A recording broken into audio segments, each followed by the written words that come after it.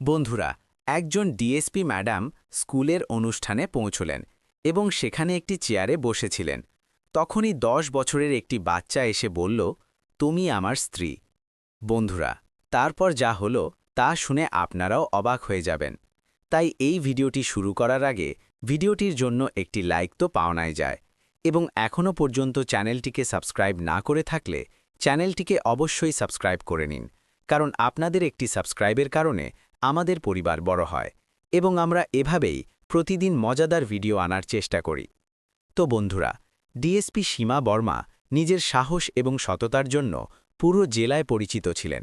প্রখর বুদ্ধি, কড়া গলা এবং শৃঙ্খলায় ভরা আচরণের কারণে মানুষ তাকে খুব সম্মান করত। একদিন তাকে স্থানীয় সরকারি স্কুলের বার্ষিক অনুষ্ঠানে প্রধান অতিথি হিসেবে আমন্ত্রণ জানানো হলো। তিনি তার পুলিশ স্টাফদের সাথে যখন স্কুলে পৌঁছলেন, তখন বাচ্চারা এবং শিক্ষকরা করতালির মাধ্যমে তাকে স্বাগত জানালো। মঞ্চে পৌঁছতেই প্রধান শিক্ষক তার পরিচয় দিলেন এবং তাকে অনুপ্রেরণামূলক ভাষণ দেওয়ার অনুরোধ করলেন। সীমা ম্যাডাম বাচ্চাদের সততা, কঠোর পরিশ্রম এবং স্বনির্ভরতার গুরুত্ব বুঝিয়ে নিজের ছোটবেলার সংগ্রামের গল্প শোনালেন। অনুষ্ঠানের চলাকালীন যখন তিনি বাচ্চাদের সাথে কথা বলছিলেন, তখনই একটি 10 বছরের ছেলে তার কাছে এসে দাঁড়াল। সে অত্যন্ত আত্মবিশ্বাসের সাথে বলল, তুমি আমার স্ত্রী।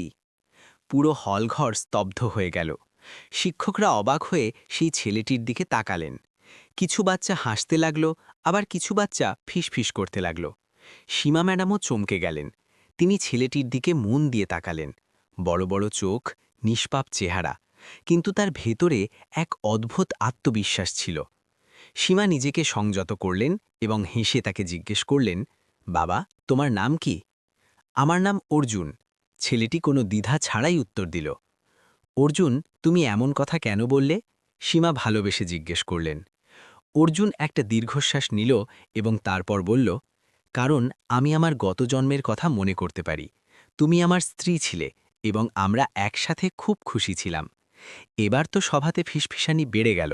কিছু মানুষ হাসির ছলে কথাটি উড়িয়ে দিতে লাগল, আবার কিছু মানুষের চেহারায় ভয় এবং আশ্চর্যের ভাব ছিল। সীমাও বিভ্রান্তিতে পড়ে গেলেন। এটা কি নিছকই একটি বাচ্চার কল্পনা ছিল, নাকি এর পেছনে কোনো গভীর সত্য লুকিয়েছিল? পুরো হলঘরে নীরবতা ছেয়ে গেল। সীমা ম্যাডাম বুঝতে পারছিলেন না যে পরিস্থিতি কিভাবে সামলাবেন। অর্জুনের নিষ্পাপ চোখে সত্যতা প্রতিফলিত হচ্ছিল, কিন্তু সীমার কাছে এসব নিছক কল্পনা মনে হচ্ছিল। তিনি নিজেকে সংযত করে বললেন, অর্জুন, তুমি কি জানো তুমি কি বলছ? অর্জুন কোনো ইতস্তত না করেই মাথা নাড়ল এবং বলল, হ্যাঁ, আমার সব মনে আছে।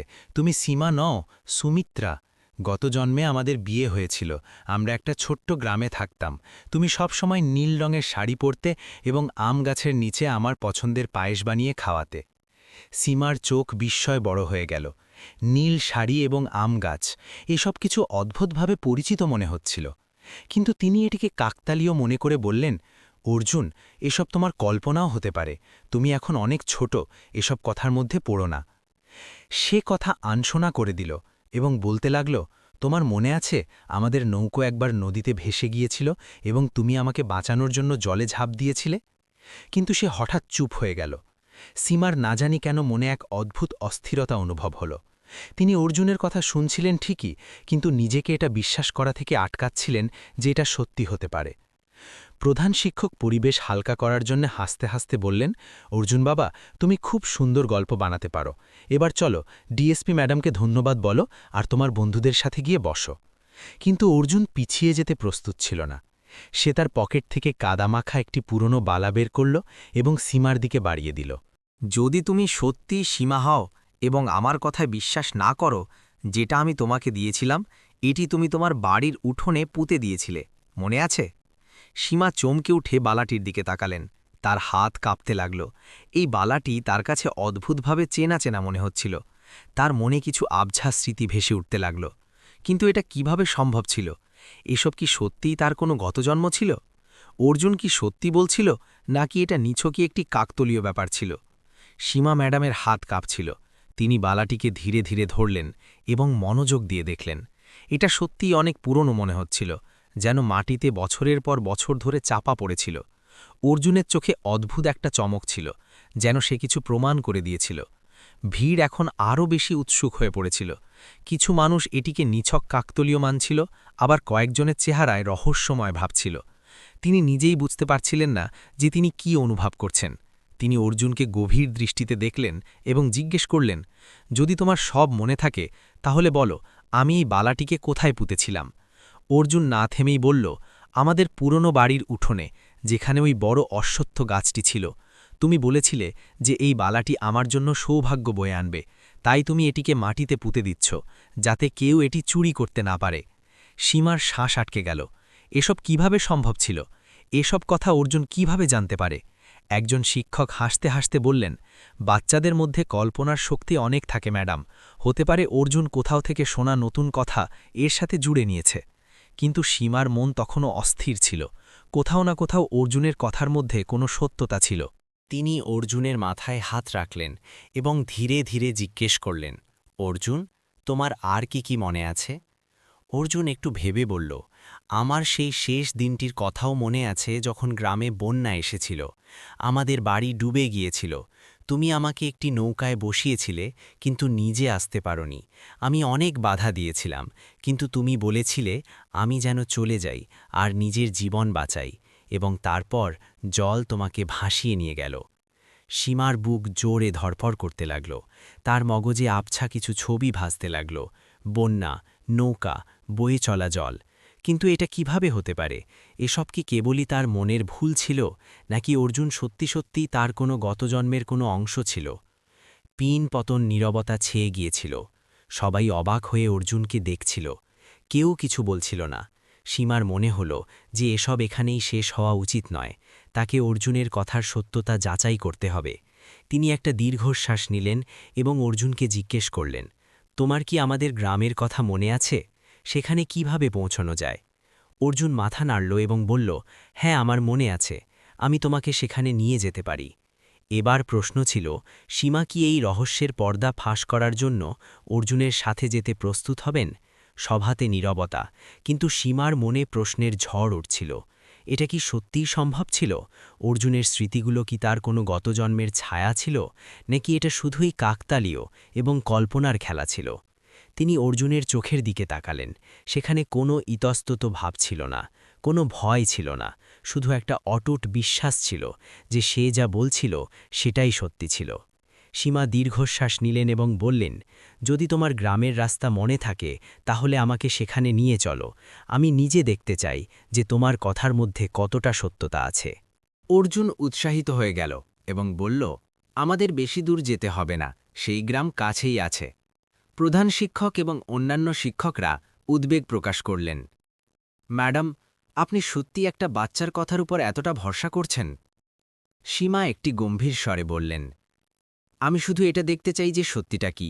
যদি এসব শুধুই কাকতালীয় হয়ে থাকে তাহলে অন্তত একটা বিভ্রম ভেঙে যাবে, কিন্তু যদি কিছুটাও সত্যতা থাকে তাহলে আমরা এটিকে বোঝার সুযোগ পাব।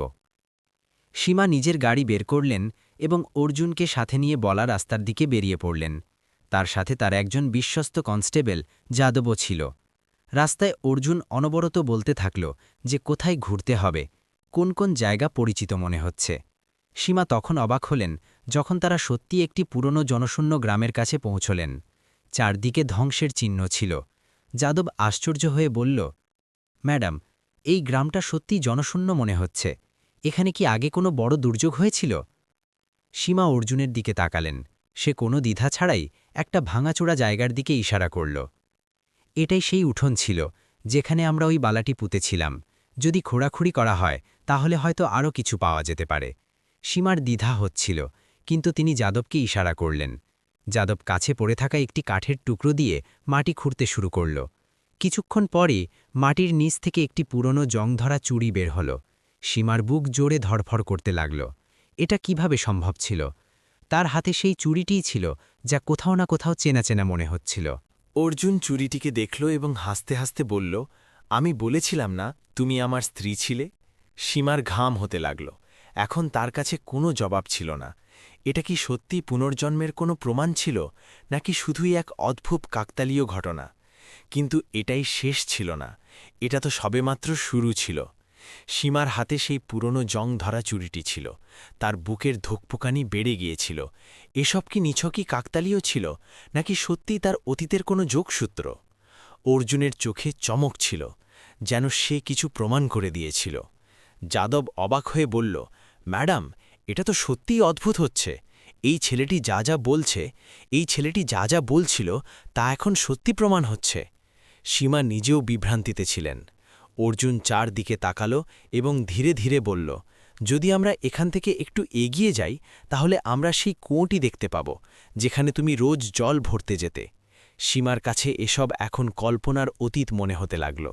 তিনি এগিয়ে যাওয়ার সিদ্ধান্ত নিলেন। যাদব এবং অর্জুনের সাথে তিনি গ্রামের ভেতরে যেতে লাগলেন। রাস্তায় ভাঙাচোরা দেওয়াল এবং ধ্বংসপ্রাপ্ত বাড়িঘর দেখা যাচ্ছিল। এমন মনে হচ্ছিল যেন বছরের পর বছর আগের বন্যার শিকার হয়ে থাকবে। কিছুক্ষণ হাঁটার পর অর্জুন একটি জায়গায় ইশারা করল। এটাই সেই কুয়োটি ছিল, কিন্তু এখন এটি পুরোপুরি মাটিতে ভরে গেছে। সীমা সেই জায়গাটির দিকে তাকালেন। সেখানে সত্যি একটি পুরনো কুয়ো ছিল, যা এখন শুকনো এবং মাটিতে ভরা ছিল। কিন্তু সবচেয়ে অদ্ভুত ব্যাপারটি হল যে যেই সীমা কুয়োর দেওয়ালে হাত রাখলেন, তার মগজে আবঝাস স্মৃতির ঝলক আসতে লাগল। তিনি সত্যি এই জায়গাটি আগে দেখেছেন। এটা কিভাবে হতে পারে? সীমা বিড়বিড় করলেন। অর্জুন ধীর স্বরে বলল, তোমার সব মনে পড়ে যাবে, ব্যাস আর একটু সময় লাগবে। সীমা এখনও এই রহস্য থেকে বেরোতেও পারেননি যে অর্জুন আরও একটি চমক দেওয়া কথা বলল। এই গ্রাম হঠাৎ করে বন্যায় ডোবেনি, এটিকে ডোবানো হয়েছিল। সীমা চমকে গিয়ে জিজ্ঞেস করলেন, কি মানে, কে ডুবিয়েছিল? অর্জুনের চোখ গম্ভীর হয়ে গেল। তোমার মনে আছে, গ্রামের মোড়লের ছেলে? সে আমাদের একসাথে দেখতে পারত না। সেই গ্রামটিকে ধ্বংস করার ষড়যন্ত্র করেছিল। সীমার এবার আরও ধাক্কা লাগতে লাগল। এটা কি শুধুই অর্জুনের কল্পনা ছিল, নাকি সত্যিই এই গ্রামের সাথে কিছু খারাপ হয়েছিল? তিনি যাদবকে নির্দেশ দিলেন, খোঁজ নাও যে এই গ্রামের বিষয়ে কোনো সরকারি রেকর্ড উপলব্ধ আছে কিনা। যদি এখানে কোনো দুর্যোগ হয়ে থাকে তবে তার তথ্য অবশ্যই নথিভুক্ত থাকবে। যাদব সাথে সাথেই তার ফোন বের করল এবং পুরনো সরকারি রেকর্ড ঘাঁটতে শুরু করল। কিছুক্ষণ পরেই তার চেহারায় বিস্ময়ের ভাব ফুটে উঠল। ম্যাডাম, এই গ্রামটা সত্যিই ৩ বছর আগে বন্যায় ভেসে গিয়েছিল, কিন্তু রিপোর্টে এটাও লেখা আছে যে বন্যা হঠাৎ করে এসেছিল এবং এর পেছনে কোনো স্পষ্ট কারণ ছিল না। এবার তো সীমা পুরোপুরি স্তম্ভিত হয়ে গেলেন। অর্জুন কি ঠিক বলছিল? এই গ্রামটিকে কি সত্যিই কেউ ইচ্ছাকৃতভাবে ডুবিয়েছিল? অর্জুন ধীরে ধীরে বলল, যদি তুমি সত্যিটা জানতে চাও তবে আমাদের আরও এগিয়ে যেতে হবে, সেখানে যেখানে আমাদের পুরনো বাড়িটি হতো। সীমা এখন পিছিয়ে আসার পাত্রী ছিলেন না, তাকে এই রহস্যের পর্দা ফাঁস করতেই হতো। গ্রামের জনশূন্য গলি দিয়ে হাঁটতে হাঁটতে অর্জুন বারবার ইশারা করে সেই জায়গাগুলোকে চিনছিল যেখানে একসময় বাড়িঘর হতো। সীমার মনে অস্থিরতা বেড়েই চলছিল। এসব কতটা অদ্ভুত ছিল! একটি 10 বছরের বাচ্চা যে দাবি করছিল যে সে তার গত জন্ম সম্পর্কে জানে। যাদব ফোনে আরও কিছু তথ্য জোগাড় করল এবং সীমাকে বলল, ম্যাডাম, সরকারি রিপোর্ট অনুযায়ী এই গ্রাম হঠাৎ আসা বন্যায় ডুবে গিয়েছিল, কিন্তু একটা কৌতূহলজনক ব্যাপার এটাও যে তখন কিছু মানুষ দাবি করেছিল যে বন্যাটি প্রাকৃতিক ছিল না, বরং জল ইচ্ছাকৃতভাবে ছেড়ে দেওয়া হয়েছিল। সীমা চমকে গেলেন। ইচ্ছাকৃতভাবে? কিন্তু কে এবং কেন? যাদব মাথা নেড়ে বলল, সেই সময়ের স্থানীয় জমিদারের নাম বারবার আসে, কিন্তু কোনো শক্ত প্রমাণ পাওয়া যায়নি। অর্জুন সাথে সাথেই বলল, মোড়লের ছেলে, আমি বলেছিলাম না সে আমাদের সাথে শত্রুতা রাখত। যখন সে জানতে পারল যে আমরা একসাথে থাকতে চাই, তখন সে আমাদের আলাদা করার জন্য পুরো গ্রামটিকেই নিশ্চিহ্ন করে দিল। সীমা দীর্ঘশ্বাস নিলেন। অর্জুনের কথা এবং সরকারি রেকর্ড কোথাও না কোথাও একে অপরের সাথে মিলে যাচ্ছিল। অর্জুন বাড়ির ধ্বংসস্তূপের দিকে এগোল। সে সেখানে পৌঁছে ধীরে ধীরে বলল, এটাই ছিল আমাদের বাড়ি, এখানেই আমরা একসাথে থাকতাম। সীমা সেই ধ্বংসস্তূপটিকে মনোযোগ দিয়ে দেখলেন। সেখানে শুধু ভাঙা দেওয়াল এবং ছড়িয়ে ছিটিয়ে থাকা ইট ছিল। কিন্তু যেই তিনি সেখানে দাঁড়ালেন, তার অদ্ভুত এক ঘামরাহট অনুভব হতে লাগল। তার বুকের ধুকপুকানি বেড়ে গেল এবং হঠাৎ তার মগজে আবছা ছবি ভেসে উঠতে লাগল। বৃষ্টির শব্দ, জলের তীব্র স্রোত, অর্জুনের পুরনো চেহারার মতো কোনো এক ব্যক্তি যে তাকে ডাকছিল, এবং তার পেছনে কারও এক ভয়ানক হাসি। সীমা চমকে উঠে নিজের চোখ খুললেন। এটা কি ছিল? এটা কি তার মনের ভুল ছিল, নাকি সত্যিই তার স্মৃতির কোনো টুকরো? অর্জুন তার দিকে তাকাল এবং ধীরে ধীরে বলল, তোমার কিছু মনে পড়েছে, তাই না? সীমা হ্যাঁ বা না কিছুই বলতে পারলেন না, তবে তার ভেতরে কিছু একটা পাল্টাচ্ছিল। যাদব ততক্ষণে গ্রামের বেঁচে থাকা কয়েকজন পুরনো মানুষের কাছ থেকে জিজ্ঞাসাবাদ করেছিল। সে ফিরে এসে বলল, ম্যাডাম, এখানকার কিছু বয়স্কদের বক্তব্য হল যে বন্যার আগে এই গ্রামে একটা অনেক বড় ঝামেলা হয়েছিল। কেউ মোড়লের ছেলের বিরুদ্ধে অভিযোগ করেছিল। তারপরেই হঠাৎ বন্যা এলো এবং সবকিছু শেষ হয়ে গেল। কিন্তু আজ পর্যন্ত কেউ জানতে পারেনি যে সেই অভিযোগটি কে করেছিল। সীমার মাথায় যেন বিদ্যুৎ খেলে গেল। তখনই তিনি অর্জুনের দিকে তাকালেন।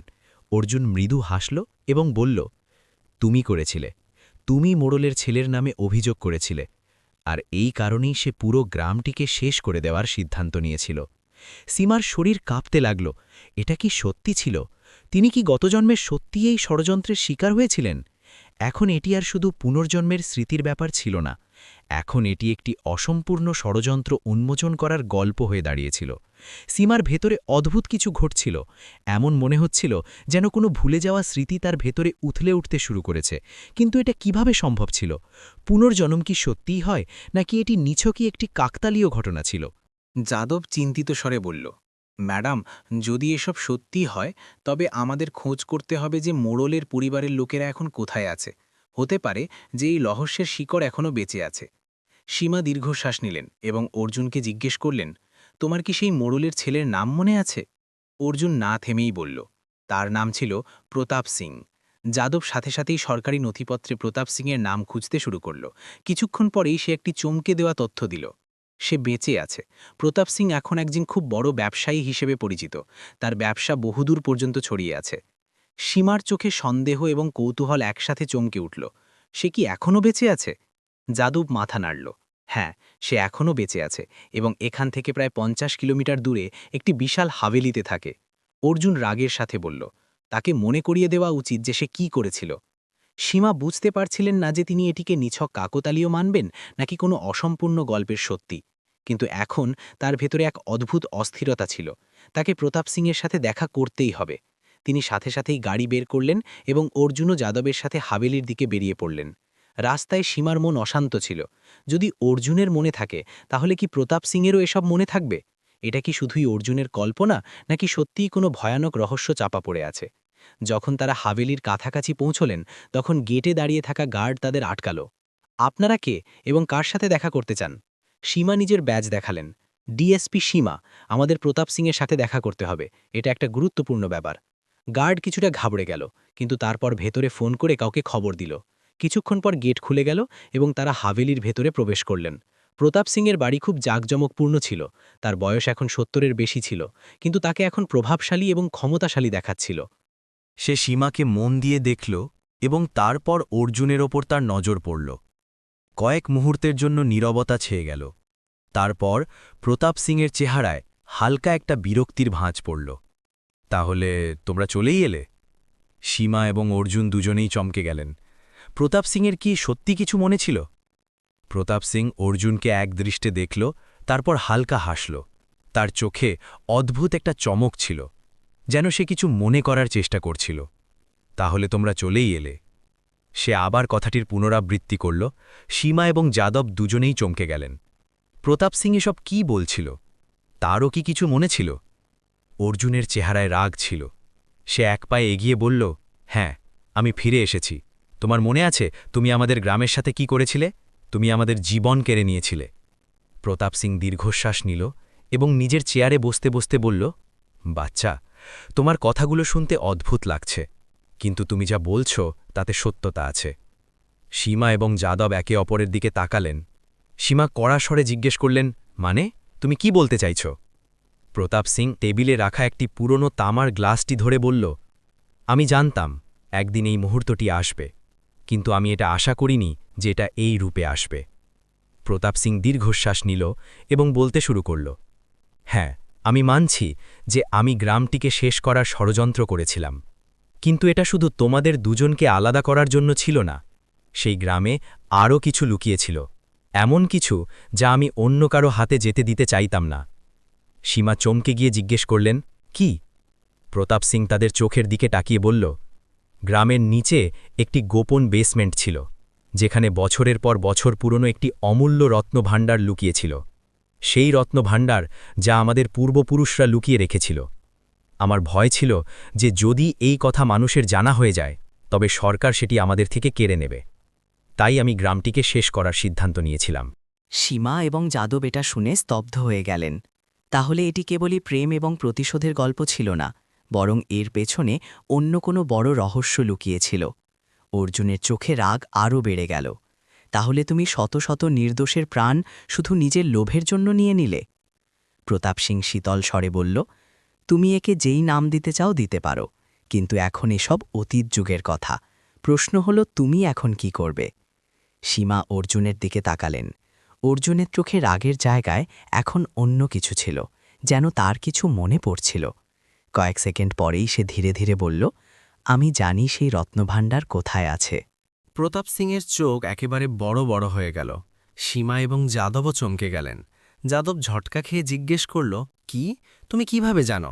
অর্জুন ধীর স্বরে বলল, কারণ আমি এবং সীমা আমাদের গত জন্মে ওটা নিজেরাই লুকিয়েছিলাম। এবার পুরো ঘরে এক অদ্ভুত নীরবতা ছেয়ে গেল। প্রতাপ সিংয়ের চেহারায় প্রথমবারের মতো কষ্ট দেখা গেল। সীমার মনে প্রশ্নের ঝড় বইছিল। ঘরে গভীর নিস্তব্ধতা ছিল। অর্জুন যা বলেছিল তা সীমা এবং যাদব দুজনের জন্যই যেন একটি ভূমিকম্পের মতো ছিল। সে কি সত্যিই তার গত জন্মের স্মৃতি ফিরে পেয়েছিল? এবং তার কি রত্নভাণ্ডারের সাথে কোনো লেনদেন ছিল যা প্রতাপ সিং এত মারাত্মক ষড়যন্ত্রের অধীনে লুকিয়েছিল? প্রতাপ সিংয়ের চোখে ভয় এবং ঘাবড়াহট স্পষ্ট প্রতিফলিত হচ্ছিল। সে নিজের চেয়ারে বসে বলল, তুমি কি বলছো? তুমি কি আমাকে এটা বলছো যে তুমি এবং সীমা এই রত্নভাণ্ডার সম্পর্কে জানো? অর্জুন তাকে গভীর দৃষ্টিতে দেখল। এটা আমাদের থেকে লুকোনো ছিল না। প্রতাপ আমাদের সেই ভয়ানক স্মৃতিগুলো থেকে দূরে রেখেছিল, যা তুমি আমাদের বাধ্য করে ভুলিয়ে দিয়েছিলে। সীমা একটা দীর্ঘশ্বাস নিলেন। তার মন ভারী হয়ে এসেছিল। তার ভেতরের ধুকপোকানি এখন বেড়ে গিয়েছিল। তিনি অনুভব করছিলেন যে এই মুহূর্তে আরও কিছু ছিল, এমন কিছু যা শুধু তিনিই বুঝতে পারতেন।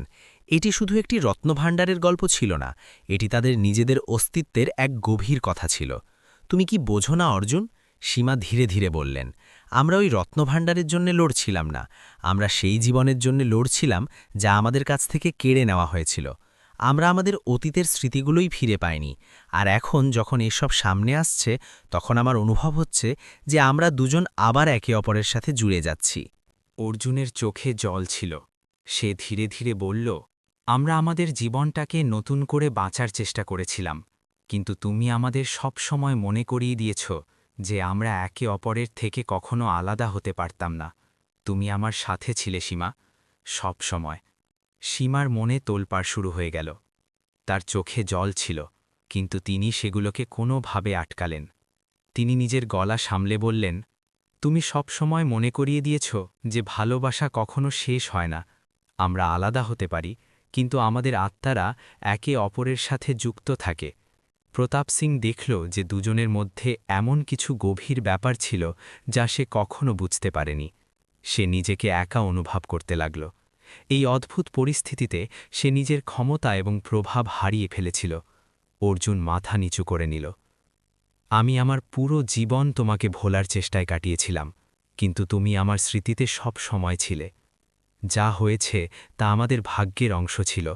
এই রত্নভাণ্ডার, এই সব কিছু একটা ছোট্ট অংশ মাত্র। আমাদের দুজনের আসল সম্পদ তো সেই ভালোবাসা যা আমরা সবসময় একে অপরের সাথে ভাগ করে এসেছি। সীমা তার দিকে তাকালো এবং তাকে নিজের খুব কাছে অনুভব করল। এগুলো এমন মুহূর্ত ছিল যখন কোনো শব্দের প্রয়োজন ছিল না, শুধু অনুভূতির গভীর বোঝাপড়া ছিল। দুজনের হৃদয়ের স্পন্দন এখন একই রকমভাবেই বাজছিল। যাদব যে এতক্ষণ চুপ ছিল, তার চোখও ভিজে এলো। সে বলল, আপনাদের দুজনের সাহস এবং ভালোবাসা দেখে আমার মনে হয় যে এই সম্পদ যতটা গুরুত্বপূর্ণ ছিল তার চেয়ে অনেক বেশি গুরুত্বপূর্ণ হল সেই পথ যেই পথে আপনারা দুজনে চলেছিলেন, সেই সংগ্রাম, সেই জেদ যা কখনো শেষ হয়নি। সীমা যাদবকে ধন্যবাদ জানালো এবং তারপর প্রতাপ সিংয়ের দিকে তাকালো। তার চোখে কোনো ভয় ছিল না, শুধু একটা প্রশান্তি ছিল। তুমি আমাদের কাছ থেকে সম্পদ ছিনিয়ে নিতে পারবে না প্রতাপ, তুমি আমাদের স্মৃতি কেড়ে নিতে পারবে না। আমরা আবার আগের মতোই হয়ে গেছি, সেই মানুষ যাদের তুমি কখনো স্বপ্নেও দেখনি। প্রতাপ সিংয়ের চোখে কোনো উত্তর ছিল না, শুধুই এক শূন্যতা ছিল, যেন সে বুঝতে পেরেছিল যে সে সব কিছু হারিয়ে ফেলেছে। সে যে একসময় নিজের জন্য সব কিছু করতে প্রস্তুত ছিল, এখন সে তার হারিয়ে যাওয়া পরিচয় এবং আত্মার সাথে লড়ছিল। সীমা অর্জুনের দিকে পা বাড়াল এবং তাকে নিজের বাহুতে জড়িয়ে নিল। এটা এমন এক মুহূর্ত ছিল যখন সময় থমকে গিয়েছিল। তাদের দুজনের মধ্যে সেই টান ছিল যা অনেক জন্ম ধরে অটুট ছিল। এই সম্পদ এবং এই সংগ্রাম এখন আর কোনো অর্থ রাখত না। এখন যে বিষয়টা অর্থ রাখত তা হল তাদের পুনরায় মিলনের শক্তি এবং প্রেমের সেই অদ্বিতীয় গভীরতা। সীমার চোখে জল ছিল, কিন্তু এই জল দুঃখের ছিল না, বরং সুখ এবং বোঝাপড়ার ছিল। আমরা আবার এক হয়েছি অর্জুন, সে ধীরে ধীরে বলল। আমরা কখনো আলাদা হতে পারি না। অর্জুন তার চোখ বন্ধ করল এবং তার কথা মেনে নিল। সে এখন জানত যে এই সম্পদ সে রহস্যের মাধ্যমে আপন করে নিয়েছিল, তা সে কখনো হারাতে পারে না। হাবেলির সেই বিশাল ঘরে এক অদ্ভুত নীরবতা ছড়িয়ে পড়েছিল। সীমা এখনও অর্জুনের নিষ্পাপ চোখের দিকে তাকিয়েছিল, যেখানে বছরের পুরনো কষ্ট এবং এক না বলা সত্যি বয়ে গিয়েছিল। অর্জুনের কথাগুলো শুধু যে তার হৃদয় নাড়িয়ে দিয়েছিল তা নয়, বরং তার নিজের অতীতের ওপরও প্রশ্ন দাঁড় করিয়ে দিয়েছিল। প্রতাপ সিং এখনও নিজের চেয়ারে বসেছিল, কিন্তু তার চোখে এখন আর সেই অহংকার ছিল না যা কিছুক্ষণ আগে দেখা যাচ্ছিল। সে জানত যে এমন কিছু আছে যা তার নিয়ন্ত্রণের বাইরে চলে গেছে। সীমা নিজের কণ্ঠ শান্ত রেখে বলল, তুমি যা করেছ তার জবাব তোমাকে দিতে হবে প্রতাপ, কিন্তু তার আগে আমি অর্জুনের কথার গভীরতা পর্যন্ত যেতে চাই। আমার বিশ্বাস যে এখনও কিছু লুকিয়ে আছে যা আমাদের জানা বাকি। অর্জুন ধীরে ধীরে তার হাত ধরে নিল। আমার সবকিছু মনে আছে সীমা, আমাদের সেই জায়গায় ফিরে যেতে হবে, সেখানেই যেখানে আমরা সম্পদ লুকিয়েছিলাম। পরের দিন সকালে সীমা পুরো প্রস্তুতি নিল। তারা স্থানীয় প্রশাসনের কাছ থেকে অনুমতি নিয়ে পুরনো গ্রামে খোঁড়াখুড়ি করার নির্দেশ দিল। অর্জুন একদম স্পষ্টভাবে জানাল যে সম্পদ কোথায় পোতা হয়েছিল। যখন তারা গ্রামে ফিরে পৌঁছল তখন বাতাসে এক অদ্ভুত বিষণ্ণতা ছিল। অর্জুন একটি পুরনো অশ্বত্থ গাছের দিকে ইশারা করে বলল, এখানেই আমরা এটাকে লুকিয়েছিলাম। যাদব এবং তার দল সেখানে খোঁড়াখুড়ি শুরু করল।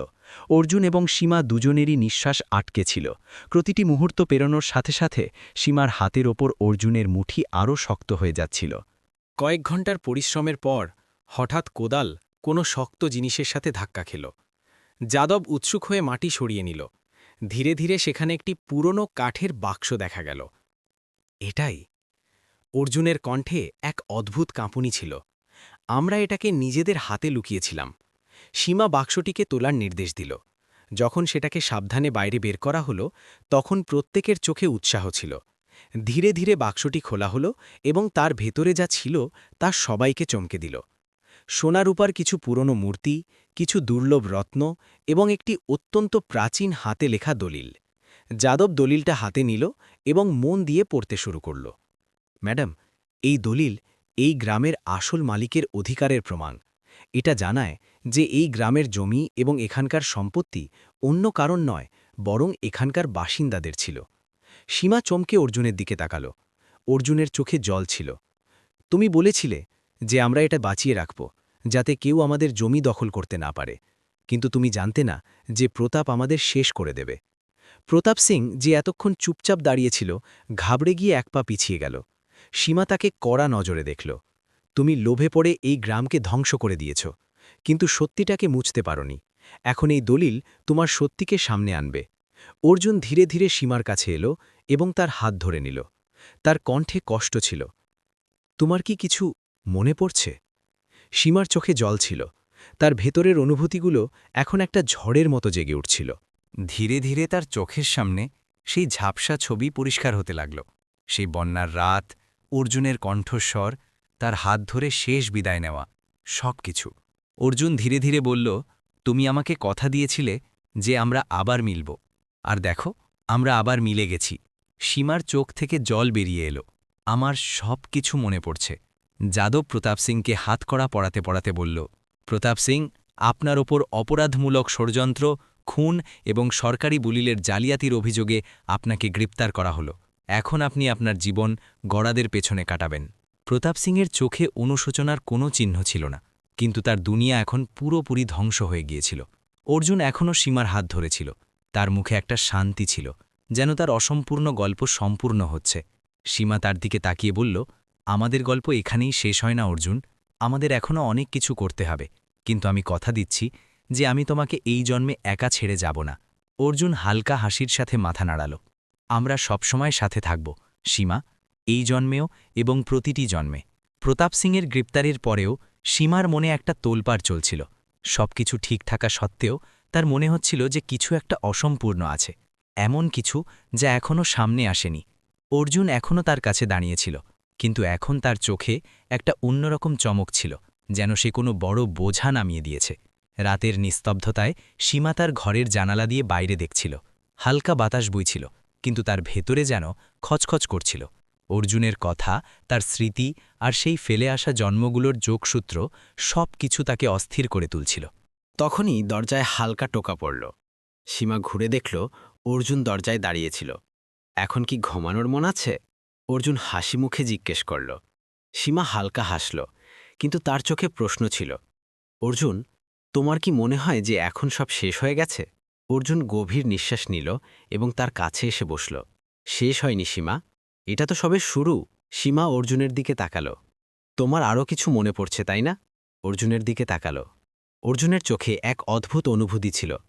মনে পড়ছে যে সম্পদের সাথে আরও একটা জিনিস লুকানো হয়েছিল, এমন একটা জিনিস যা প্রতাপ সিনহাও পায়নি। সীমা চমকে গেল। কি? অর্জুন ধীর গলায় বলল। একটি চিঠি। সীমা চমকে তার দিকে তাকাল। কোন চিঠি? অর্জুন তার দিকে তাকাল এবং বলল, সেই চিঠি যা তুমি আমাকে মরার আগে লিখেছিলে। সীমার বুক জোরে ধরপড় করতে লাগল। আমি এখন সব মনে করে নিয়েছি। সেই রাতে যখন গ্রামে হামলা হয়েছিল, যখন আমাদের আলাদা করা হচ্ছিল, তুমি আমাকে একটা চিঠি দিয়েছিলে যা আমি সেই সম্পদের সাথেই লুকিয়ে দিয়েছিলাম। কিন্তু সেই চিঠিটা এখনও পাওয়া যায়নি। সীমার নিঃশ্বাস দ্রুত হয়ে গেল। পরের দিনই সীমা এবং অর্জুন আরও একবার গ্রামে ফিরল। এইবার তারা সম্পদের সন্ধানে নয়, বরং সেই চিঠির সন্ধানে গিয়েছিল, যা গল্পের সবচেয়ে গুরুত্বপূর্ণ অংশ ছিল।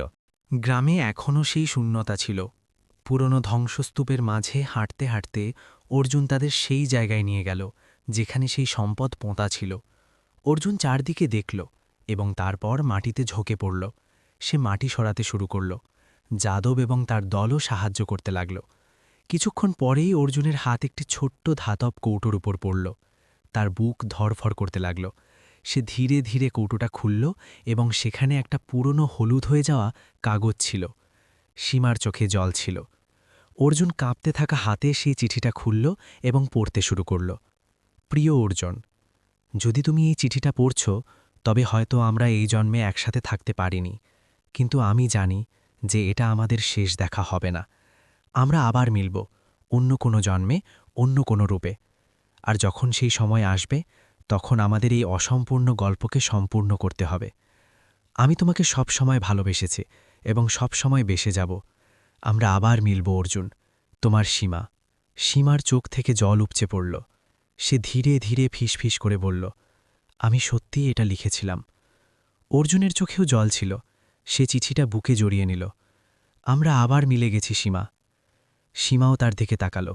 তার চোখে সেই একই ভালোবাসা ছিল যা শত শত বছর আগেও ছিল। অর্জুন কাঁপতে থাকা হাতে চিঠিটা নিজের মুঠোয় ধরে নিল। বাতাসে এক অদ্ভুত নীরবতা ছিল, যেন পুরো বিশ্ব তাদের এই মিলনের সাক্ষী হয়ে গিয়েছিল। সীমার চোখে জল ছিল, কিন্তু তাতে কষ্ট ছিল না, এক প্রশান্তি ছিল, এক অসম্পূর্ণ গল্প সম্পূর্ণ হওয়ার প্রশান্তি। যাদব এবং বাকি দল সেখানে দাঁড়িয়েছিল, কিন্তু এর মধ্যে তারা যেন অদৃশ্য হয়ে গিয়েছিল। শুধু অর্জুন এবং সীমাই ছিল। তাদের মাঝে শুধু সেই চিঠিটা ছিল, যা শত শত বছর ধরে অপেক্ষা করেছিল। সীমা ধীরে ধীরে অর্জুনের হাত ধরল। আমরা আবার মিলে গেছে। অর্জুন মাথা নাড়াল। তার চোখ ভিজেছিল। কিন্তু সীমা, এইবার কি আমরা সবসময় একসাথে থাকতে পারব? সীমা চুপ থাকল। তার দৃষ্টি অর্জুনের চোখে উঁকি দিচ্ছিল, যেন কোনো উত্তর খুঁজছিল। তারপর সে হালকাভাবে মুচকি হাসল। এখন এটা আমাদের হাতে। অর্জুন, এই জীবন এখন আমাদের। আমাদের একে অসম্পূর্ণ ছেড়ে দিলে চলবে না। প্রতাপ সিং তার অপরাধের শাস্তি পেয়ে গিয়েছিল। গ্রাম এখনও তার পুরনো কষ্ট থেকে বেরিয়ে আসার চেষ্টা করছিল, কিন্তু অর্জুন এবং সীমার গল্প মানুষের মনে নতুন আশা জাগিয়ে দিয়েছিল। সীমা অর্জুনের কাঁধে হাত রেখে বলল, আমাদের এগিয়ে যেতে হবে। অর্জুন, এটা অতীত ছিল, কিন্তু আমরা একে আমাদের পরিচয় হতে দিতে পারি না। অর্জুন তার কথা শুনল এবং হালকা হাসল। হ্যাঁ সীমা, এখন আমি শুধু আমার অতীতে বাঁচব না, আমি আজ বাঁচব তোমার সাথে। কয়েক সপ্তাহ পরে সীমা এবং অর্জুন দুজনে মিলে গ্রামের পুনর্নির্মাণের কাজ শুরু করল। তারা সম্পদের থেকে পাওয়া অর্থ গ্রামের উন্নয়নে লাগিয়ে দিল। ধীরে ধীরে গ্রামে আবার জীবন ফিরে আসতে লাগল। সীমা এবং অর্জুন একসাথে প্রতিটি ছোট বড় জিনিসকে আবার নতুন করে বানাল, যেন তারা তাদের ভাঙা স্মৃতিগুলোকে আবার জোড়া লাগাচ্ছিল। একদিন অর্জুন এবং সীমা সেই পুরনো অশ্বত্থ গাছের নিচে বসেছিল, সেই একই জায়গা যেখানে তাদের গল্প শুরু হয়েছিল। অর্জুন আস্তে করে বলল, সীমা, মাঝে মাঝে আমার মনে হয় যে এত বছর পর আমরা আবার মিললাম, আমাদের গল্প পূর্ণ হল। সীমা তার দিকে তাকাল। এটা কোনো অলৌকিক ঘটনা ছিল না অর্জুন, এটা আমাদের কথা ছিল, যা আমরা বহু জন্ম আগে দিয়েছিলাম, এবং এখন সেটা পূরণ হয়ে গেছে। অর্জুন মুচকি হাসল। সে তার হাত সীমার দিকে বাড়াল। সীমা কোনো দ্বিধা ছাড়াই তার হাত ধরে নিল। সূর্য ডুবে যাচ্ছিল, কিন্তু এইবার এটা কোনো শেষ ছিল না, এটা একটা নতুন শুরু ছিল। এমন একটা শুরু যেখানে কোনো অপূর্ণ কথা ছিল না, কোনো অসম্পূর্ণ গল্প ছিল না। বন্ধুরা, এই গল্পটি সম্পর্কে আপনাদের কি মতামত তা কমেন্ট করে অবশ্যই জানাবেন। ভিডিওটি লাইক করুন এবং এই ধরনের গল্প দেখতে ও শোনার জন্য আমাদের চ্যানেলটিকে সাবস্ক্রাইব করে ঘন্টা বাজিয়ে অলে সেট করে নিন, যাতে পরবর্তী ভিডিওর নোটিফিকেশন আপনাদের কাছে সাথে সাথে পৌঁছায়। দেখা হচ্ছে পরের ভিডিওতে। ভিডিওটি সম্পূর্ণ দেখার জন্য আপনাদের অসংখ্য ধন্যবাদ। আমি সত্যিই এটা লিখেছিলাম। অর্জুনের চোখেও জল ছিল। সে চিঠিটা বুকে জড়িয়ে নিল। আমরা আবার মিলে গেছি। সীমাও তার দিকে তাকাল। তার চোখে সেই একই ভালোবাসা ছিল যা শত শত বছর আগেও ছিল। অর্জুন কাঁপতে থাকা হাতে চিঠিটা নিজের মুঠোয় ধরে নিল। বাতাসে এক অদ্ভুত নীরবতা ছিল, যেন পুরো ব্রহ্মাণ্ড তাদের এই মিলনের সাক্ষী হয়ে গিয়েছিল। সীমার চোখে জল ছিল, কিন্তু তাতে কষ্ট ছিল না, এক প্রশান্তি ছিল, এক অসম্পূর্ণ গল্প সম্পূর্ণ হওয়ার প্রশান্তি। যাদব এবং বাকি দল সেখানে দাঁড়িয়েছিল, কিন্তু এই মুহূর্তে তারা যেন অদৃশ্য হয়ে গিয়েছিল। শুধু অর্জুন এবং সীমাই ছিল। তাদের মাঝে শুধু সেই চিঠিটা ছিল। শত শত বছর ধরে অপেক্ষা করেছিল সীমা। ধীরে ধীরে অর্জুনের হাত ধরল। আমরা আবার মিলে গেছি। অর্জুন মাথা নাড়াল। তার চোখ ভিজে ছিল। কিন্তু সীমা, এইবার কি আমরা সবসময় একসাথে থাকতে পারব? সীমা চুপ থাকল। তার দৃষ্টি অর্জুনের চোখে উকি দিচ্ছিল, যেন কোনো উত্তর খুঁজছিল। তারপর সে হালকাভাবে মুচকি হাসল। এখন এটা আমাদের হাতে অর্জুন। এই জন্ম এখন আমাদের একে অসম্পূর্ণ ছেড়ে দিলে চলবে না। প্রতাপ সিনহা তার অপরাধের শাস্তি পেয়ে গিয়েছিল। গ্রাম এখনও তার পুরনো কষ্ট থেকে বেরিয়ে আসার চেষ্টা করছিল, কিন্তু অর্জুন এবং সীমার গল্প মানুষের মনে নতুন আশা জাগিয়ে দিয়েছিল। সীমা অর্জুনের কাঁধে হাত রাখল। এখন আমাদের এগিয়ে যেতে হবে অর্জুন। এটা অতীত ছিল, কিন্তু আমরা একে আমাদের পরিচয় হতে দিতে পারি না। অর্জুন তার কথা শুনল এবং হালকা হাসল। হ্যাঁ সীমা, এখন আমি শুধু আমার অতীতে বাঁচব না, আমি আজ বাঁচব তোমার সাথে। কয়েক সপ্তাহ পরে সীমা এবং অর্জুন দুজনে মিলে গ্রামের পুনর্নির্মাণের কাজ শুরু করল। তারা সম্পদের থেকে পাওয়া অর্থ গ্রামের উন্নয়নে লাগিয়ে দিল। ধীরে ধীরে গ্রামে আবার জীবন ফিরে আসতে লাগল। সীমা এবং অর্জুন একসাথে প্রতিটি ছোট বড় জিনিসকে আবার নতুন করে বানাল, যেন তারা তাদের ভাঙা স্মৃতিগুলোকে আবার জোড়া লাগাচ্ছিল। একদিন অর্জুন এবং সীমা সেই একই জায়গায় যেখানে তাদের গল্প শুরু হয়েছিল। অর্জুন আস্তে করে বলল, সীমা, মাঝে মাঝে আমার মনে হয় যে এসব কোনো অলৌকিক ঘটনার চেয়ে কম ছিল না। এত বছর পর আমরা আবার মিললাম, আমাদের গল্প পূর্ণ হল। সীমা তার দিকে তাকাল। এটা কোনো অলৌকিক ঘটনা ছিল না অর্জুন, এটা আমাদের কথা ছিল, যা আমরা বহু জন্ম আগে দিয়েছিলাম, এবং এখন সেটা পূরণ হয়ে গেছে। অর্জুন মুচকি হাসল।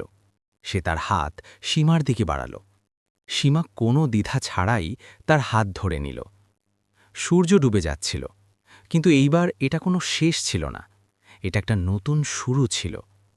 এমন একটা শুরু যেখানে কোনো অপূর্ণ কথা ছিল না, কোনো অসম্পূর্ণ গল্প ছিল না।